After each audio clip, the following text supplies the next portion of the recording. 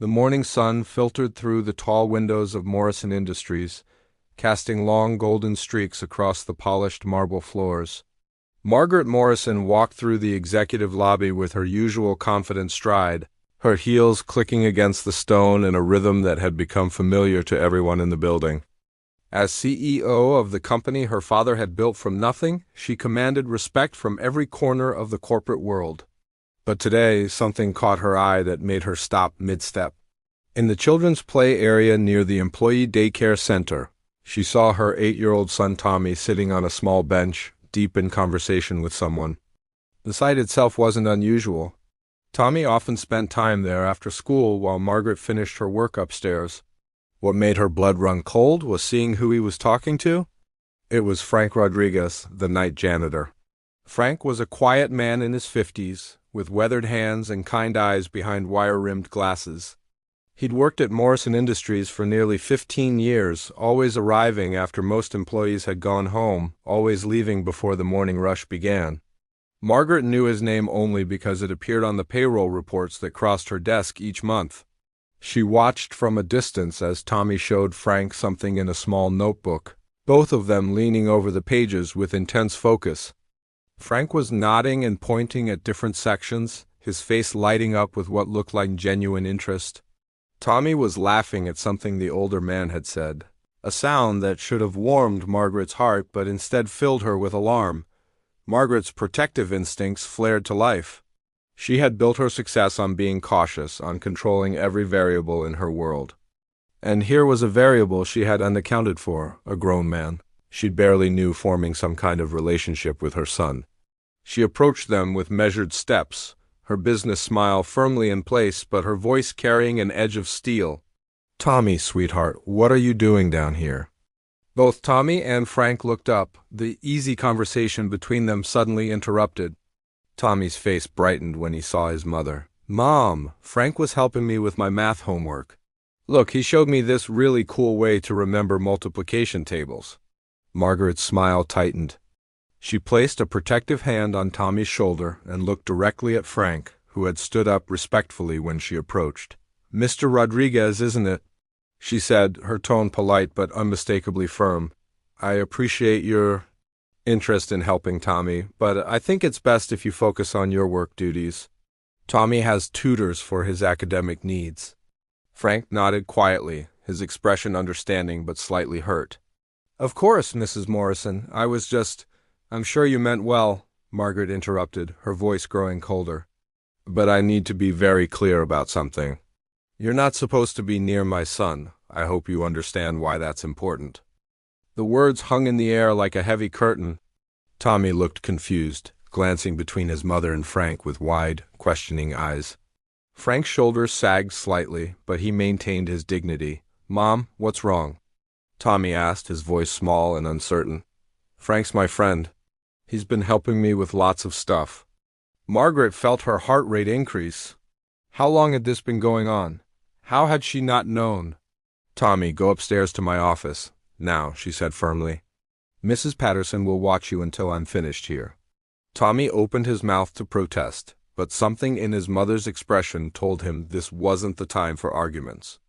He gathered his notebook and backpack, gave Frank a small, apologetic wave, and headed toward the elevator. Margaret waited until the elevator doors closed before turning back to Frank. Her executive mask was fully in place now, the same expression that had intimidated countless business rivals. "Mr. Rodriguez, I want to make sure we understand each other perfectly. My son is not your concern. Your job is to clean this building, nothing more. If I find out you've been approaching him again, Mrs. Morrison—" Frank interrupted gently, his voice steady despite the tension in the air. "Before you say anything else, there's something you need to know." Something in his tone made Margaret pause. Frank reached into his shirt pocket and pulled out a small worn photograph. His hands trembled slightly as he held it out to her. "This is my son, Miguel," Frank said quietly. "He died in a car accident 3 years ago. He was 8 years old." "The same age as Tommy," Margaret stared at the photograph. The little boy in the picture had Frank's same kind eyes and warm smile. He was wearing a school uniform and holding what looked like a math certificate. Frank continued, his voice growing softer. Miguel loved math, just like Tommy. He struggled with multiplication tables too. Every day after school, we'd sit together and work through problems until he got them right. He paused, his eyes distant with memory. Tommy reminds me of him so much. The way he furrows his brow when he's thinking hard. The way he lights up when he finally understands something new. Margaret felt something shift inside her chest, a loosening of the tight control she always maintained. I know how this looks, Frank went on. I know you see a strange man talking to your son, and every instinct tells you to protect him. You're a good mother for feeling that way.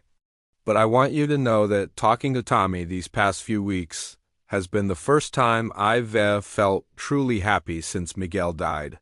He's helped me remember what joy looks like. Margaret looked down at the photograph again, really seeing it this time.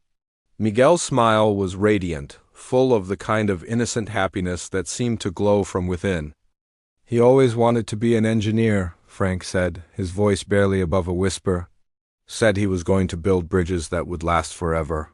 He carefully took the photograph back and tucked it into his pocket. Tommy told me he wants to be an engineer too. The silence stretched between them, heavy with understanding and regret. Margaret felt her carefully constructed walls crumbling, replaced by something much more human and vulnerable. Frank, she began, her voice softer now, I'm sorry. I didn't know. You couldn't have known, Frank replied with a sad smile. And you were right to be protective. The world can be dangerous, and a mother's job is never easy. Margaret found herself thinking about all the evenings she'd worked late, all the times Tommy had sat alone in the daycare area with only his homework for company. She'd been so focused on providing for him financially that she missed how lonely he might be. He talks about you, you know, Frank added gently. He says you work really hard to take care of him. He's proud of you. Tears threatened to form in Margaret's eyes, something that hadn't happened in her office building in years. Would you ... She began hesitantly. Would you like to continue helping him with his math? Maybe we could set up some proper tutoring sessions. I could pay you for your time. Frank shook his head with a gentle smile. I don't want your money, Mrs. Morrison, but I would be honored to help Tommy learn if you'll let me. Margaret nodded, feeling something heal inside her that she hadn't even realized was broken. Thank you, Frank, she said quietly. And again, I'm sorry about Miguel. He sounds like he was a wonderful boy. He was, Frank replied, and Tommy is too. You've raised a good son. As Margaret walked back toward the elevator, she realized that sometimes the most unexpected connections could bring the greatest healing. And sometimes protecting the ones we love means learning when to let our guard down